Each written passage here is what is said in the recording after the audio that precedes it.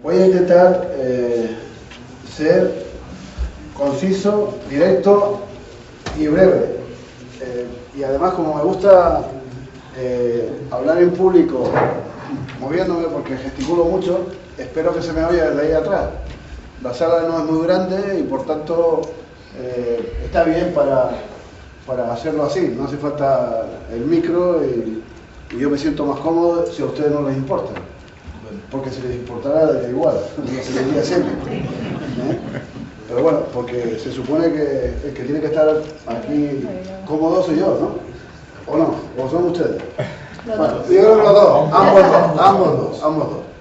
Bueno, como ha dicho el moderador, me ha presentado, efectivamente soy el secretario general de FEMEPA, que es una federación de empresarios, concretamente del sector del metal y las nuevas tecnologías de Las Palmas, y por tanto de la provincia de Las Palmas, y por tanto incluye las islas de Gran Canaria, de Lanzarote y de Fuerteventura.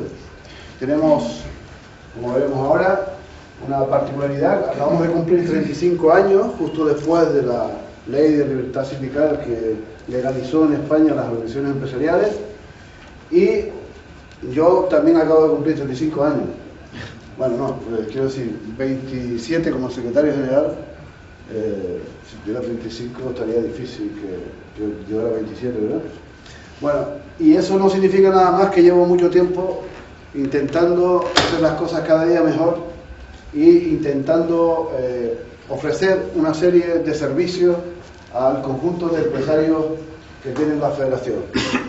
Bueno, es una organización independiente, apolítica, por supuesto, y sin ánimo de lucro, y cuya misión principal es la de desarrollar actividades en materia de asesoramiento a las empresas. Bueno, es una federación de asociaciones. ¿Por qué de asociaciones?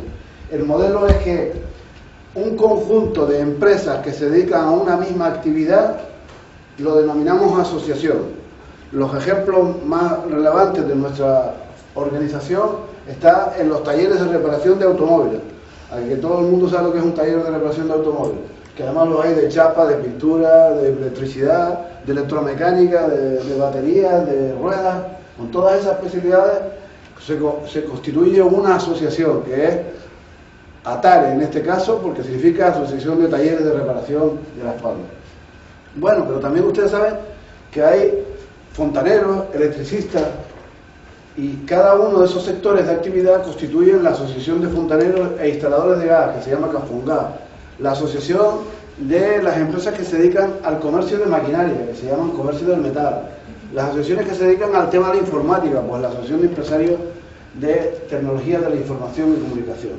Así, las dividimos en tres grandes grupos: servicios industriales, empresas de actividad comercial, por tanto comercio del metal, y la industria del metal. La industria del metal en Canarias tiene, concretamente en la provincia de Las Palmas y fundamentalmente en la isla de Gran Canaria, tiene su mayor exponente en la Asociación de Empresarios de la Reparación Naval. Los que son de esta isla y suelen ir al puerto, visitar el puerto de Las Palmas o verlo desde lejos, habrán visto cómo en los últimos años ha crecido de forma muy importante la atención a diferentes tipos de buques y sobre todo a las plataformas petrolíferas.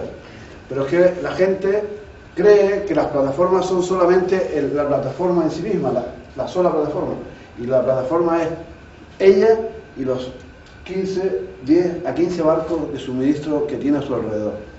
Por tanto, en el futuro el puerto de Las Palmas tiene un futuro muy brillante en esa actividad, y por tanto constituye un sector potente, un sector de auge en este momento, y que además, como es un sector específicamente exportador, porque se repara Las Palmas, pero los barcos que se reparan no son de aquí, son todos de extranjeros y que compiten en coste. Y veremos cómo es un sector de éxito, entre otras cosas, por hacer una de las cosas que hacía el ponente anterior, Carlos, por hacer las cosas de forma ordenada y conseguir que las aproximadamente 60 empresas que viven de los dos grandes astilleros que tenemos, el astillero más grande se llama Astilleros Canarios, Asticán, y el otro astillero se llama Renaval, es más pequeño, Y alrededor de esos dos astilleros viven unas 70 empresas que se dedican a todo tipo de actividades relacionadas con la reparación naval, con la reparación de plataformas, pero han conseguido, de las 70 empresas en este momento, 62 empresas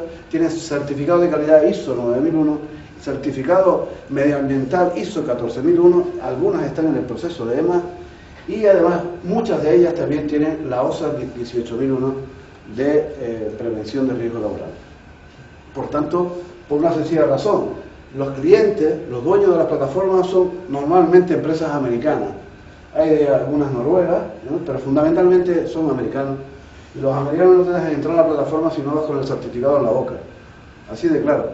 Entonces, además de los certificados propios de las ISO, los americanos suelen exigir certificados de la Sociedad de Clasificación Marina, del Bureau Veritas o del Joint Register, que son las dos certificadoras más importantes que hay en el tema marino. Bien, eso demuestra que la teoría que decía Carlos es una teoría perfectamente cierta, es real y además se está aplicando. Eso ha llevado a una diferencia competitiva de este puerto con los puertos que podrían hacerle competencia muy importante, y por eso están obteniendo tantos clientes nuevos, y por tanto su nivel de auge y de crecimiento viene siendo constante desde hace 4 años, con cifras espectaculares. Por ejemplo, el astillero grande, son cifras públicas, porque además venían en las mayores 1000 empresas de Canarias y por tanto está en el listado.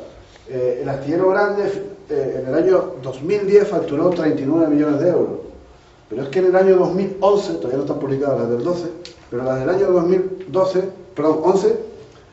facturó 84, un crecimiento más del doble de lo que lo había hecho el año anterior.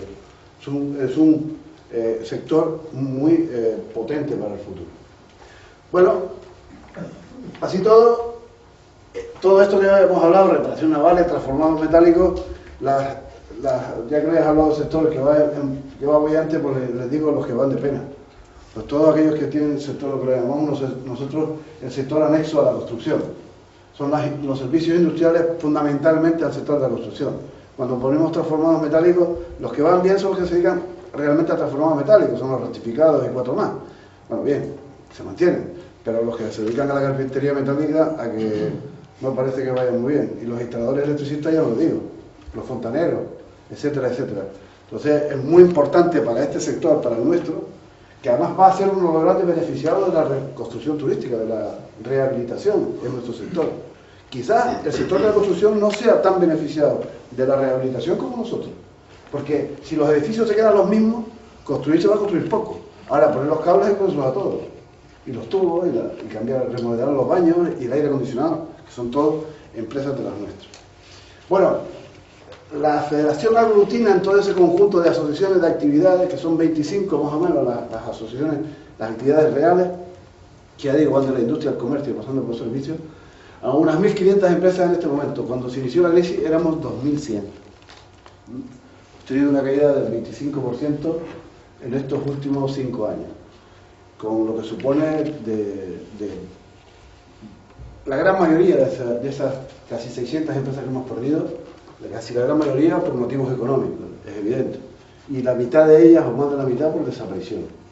Muchas empresas que se han quedado colgadas, sobre todo, ya digo, los sectores anexos de la construcción, que se vieron desamparados y con un montón de facturas sin cobrar, ya sea por la administración pública, en algunos casos, pero la mayoría de ellas por empresas constructoras que a su vez no recibían los pagos correspondientes a de infraestructura o de obras privadas.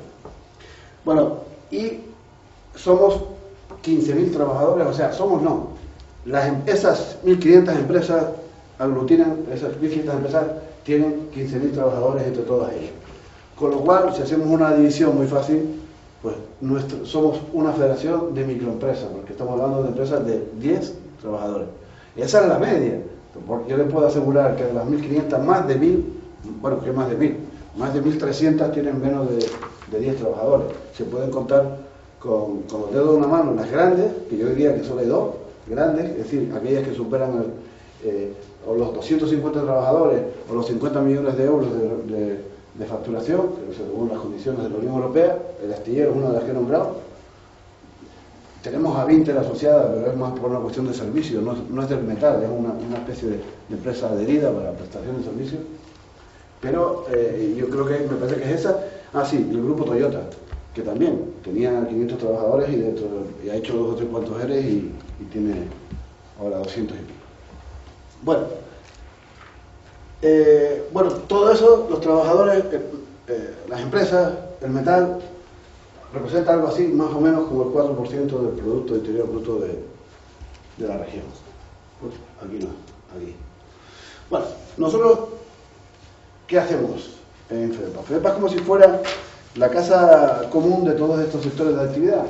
Y evidentemente, las empresas tienen algunas necesidades de tipo transversal, es decir, que son iguales para todos, y otras de tipo sectorial, que es decir, por la actividad que desarrollan en sí misma. Es decir, un taller de reparación de automóviles pues tiene muy poco que ver en el desarrollo de la actividad con una empresa de venta de ordenadores. No parece que sean ni los clientes son los mismos, ni la organización de la empresa es la misma. Entonces, pero hay cosas que tienen en común, que es, por ejemplo, la prevención de riesgos laborales que les obliga la propia legislación y que tienen que cumplir. O hay temas de calidad. El tema de calidad es igual para una empresa o para otra. Es decir, me refiero a los certificados, me refiero a las necesidades de organizar sus sistemas de gestión de calidad, el tema de la legalidad, etc. Bueno, pues nosotros lo que tenemos son una serie de técnicos que yo dirijo en esa casa para prestar esos servicios a las empresas. Nuestra misión es prestar servicios a las empresas de forma lo más ordenada posible. Y bueno, el año pasado pues, tenemos un sistema, un CRM, un sistema de control de gestión interno, donde registramos todos y cada uno de los servicios que prestamos por diferentes tipos de... Y bueno, como todo, mejorable, porque yo soy de los que estoy todo el día dando la vara para que se registren todos, seguramente algunos se quedan detrás, pero bueno, en los que figuran en el ordenador, el año pasado prestamos 10.500 servicios. Que bueno, que para 1.500 empresas, pues estamos hablando aproximadamente de casi, sale 10, 1.500 por 10, 7 servicios, ¿no? Por empresa, más o menos, de media. Vale. Hay una parte fundamental, que no es el objeto de esta ponencia, pero que sí somos muy conocidos en esta provincia y fundamentalmente en esta isla, es por la formación. FEDEPA es líder en Canarias en formación profesional aplicada. Sí, nosotros somos realmente un centro de formación técnico.